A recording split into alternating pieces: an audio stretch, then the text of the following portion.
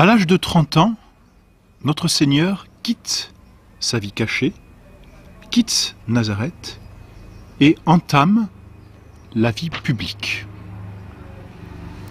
Dans le Credo, nous l'avons déjà dit, le 3e article est né de la Vierge Marie, enchaîne directement avec le 4e article, a souffert sous Ponce Pilate. Pour l'instant, nous sommes entre ces deux articles et nous allons rapidement passer maintenant cette vie publique de notre Seigneur Jésus-Christ. Il a voulu converser, convivere, c'est-à-dire vivre au milieu des hommes, vivre avec les hommes. À l'âge de 30 ans, donc, notre Seigneur quitte Nazareth et se rend sur les bords du Jourdain, donc c'est ce fleuve qui limite au côté est la Terre Sainte. Il se rend auprès de son cousin, Saint Jean-Baptiste. Saint Jean-Baptiste, on l'appelle le précurseur. Précurseur parce que ce mot signifie en latin « courir devant ». Saint Jean-Baptiste avait été prophétisé dans l'Ancien Testament comme celui qui devait annoncer les voies du Seigneur. Et son père lui-même, Saint Zacharie, qui avait perdu la parole parce qu'il avait douté de la nativité de son fils, Zacharie, au moment où il retrouve la parole, prophétise de son fils et dit « Et toi, petit enfant, tu seras appelé prophète du Très-Haut, car tu marcheras devant la face du Seigneur pour lui préparer les voies. »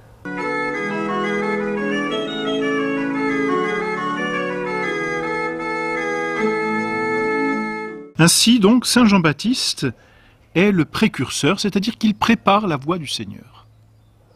Jésus-Christ, donc, se rend auprès de Saint Jean-Baptiste. Saint Jean-Baptiste a une vie érémétique et une vie d'ascèse. L'Évangile le décrit ainsi, il avait un vêtement en poil de chameau et une ceinture de cuir autour des reins, et sa nourriture était des sauterelles et du miel sauvage. Voilà comment il prépare la voie de notre Seigneur Jésus-Christ. Et sa mission consiste à préparer les peuples, à préparer les gens à la venue du Messie. Il dispose les âmes à la venue de notre Seigneur Jésus-Christ en leur disant « faites pénitence ».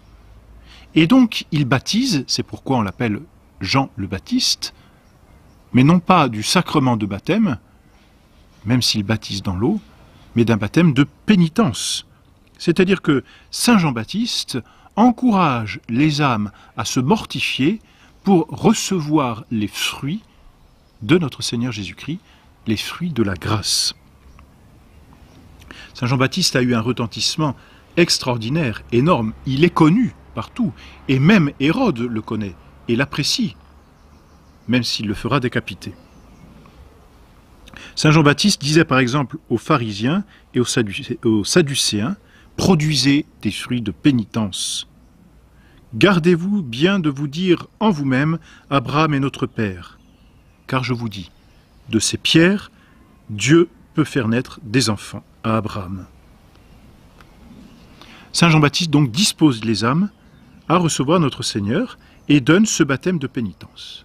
Notre Seigneur vient auprès de Saint Jean-Baptiste et demande à se faire baptiser. Notre Seigneur n'a pas besoin d'être baptisé, il est Dieu. Il n'a pas contracté le péché originel, nous le savons bien. Il est Dieu.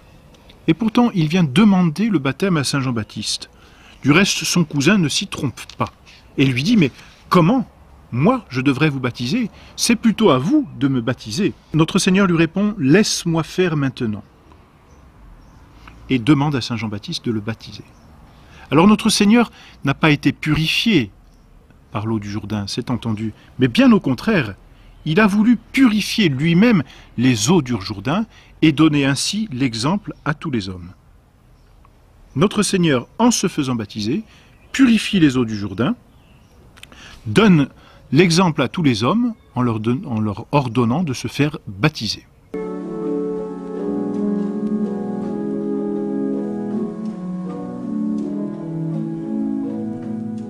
Et après son baptême, et pour inaugurer sa vie publique, notre Seigneur se retire dans le désert.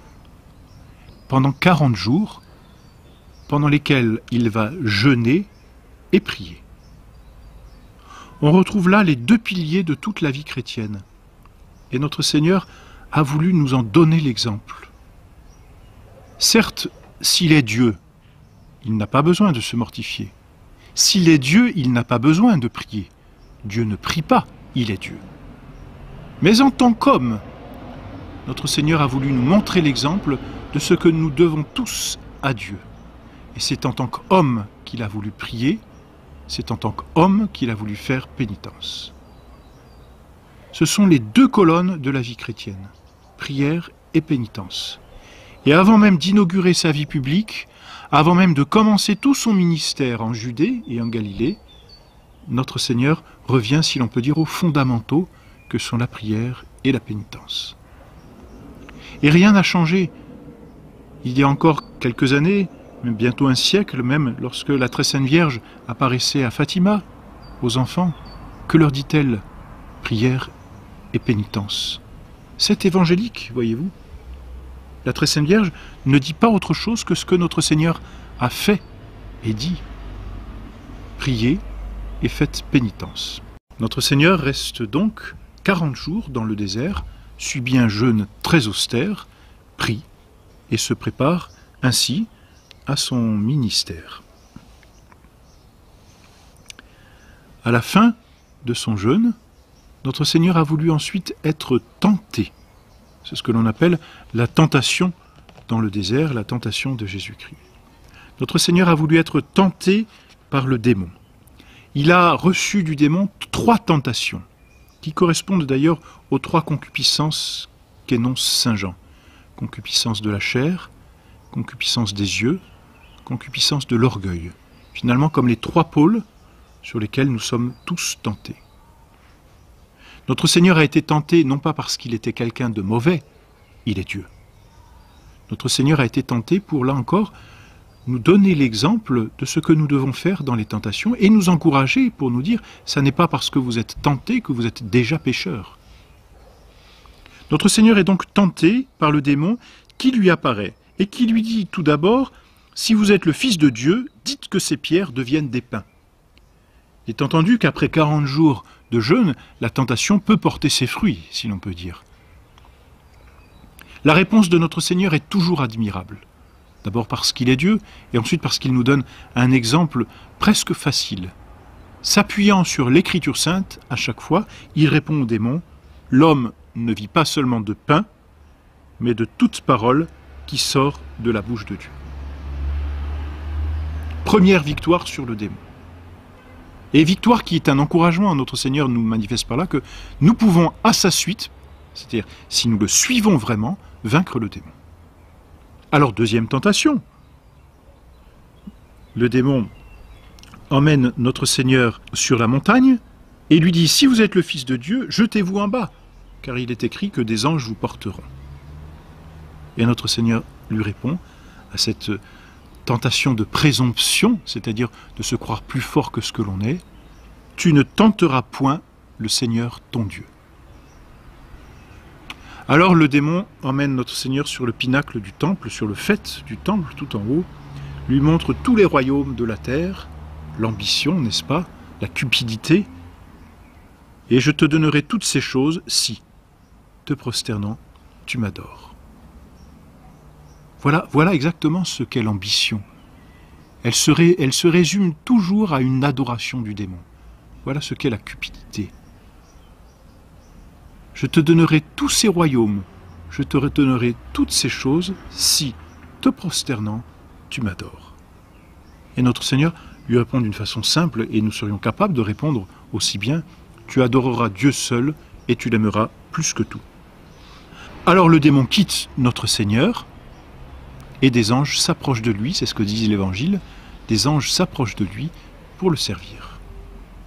Voilà donc toute la première partie, si l'on peut dire, c'est-à-dire les premiers mois, les premiers mois de la vie publique de notre Seigneur, c'est la préparation à son ministère. Notre Seigneur se fait baptiser pour purifier les eaux et nous donner l'exemple. Notre Seigneur va au désert pour jeûner et prier, nous donnant ainsi l'exemple de la vie chrétienne. Notre Seigneur accepte de se faire tenter par le démon pour nous encourager dans les tentations et nous donner l'espérance de la victoire.